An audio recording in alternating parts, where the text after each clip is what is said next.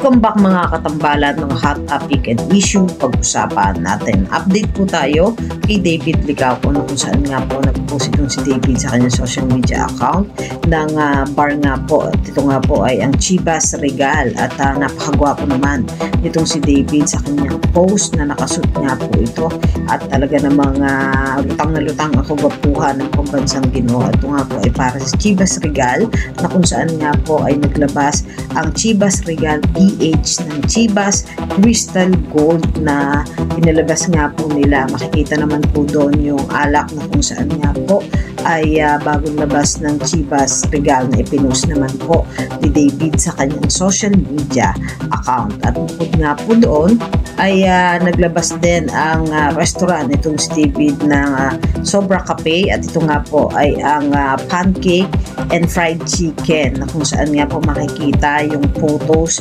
ng fried chicken at pancake na talaga namang napakasarap na isa nga po sa pinagmamalaki ng restaurant itong si David na Sobra Cafe. Isa pa nga po ay ang Boy Scout Philippines na kung saan nga po ay si David ay nagsasabit nga po ng panyo doon sa isang kasamahan nga po para sa Boy Scout. At ito nga po si David ay ang ambassador nga po ng Boy Scout kung saan nga makikita yung delegasyon nitong si David pagdating sa Boy Scout. At syempre, hindi naman nawawala ang Gluta Lipo. Makikita yung picture nitong si David at katabi nga po niya yung mga Gluta Lipo na iba't ibang flavor na paboritong iniinom ng isang pambansang Ginoo. Yan po yung mga update natin ngayon kay David. Kayo mga katambalan, ano ang masasabi nyo? Comment lang sa comment section kung usapan natin.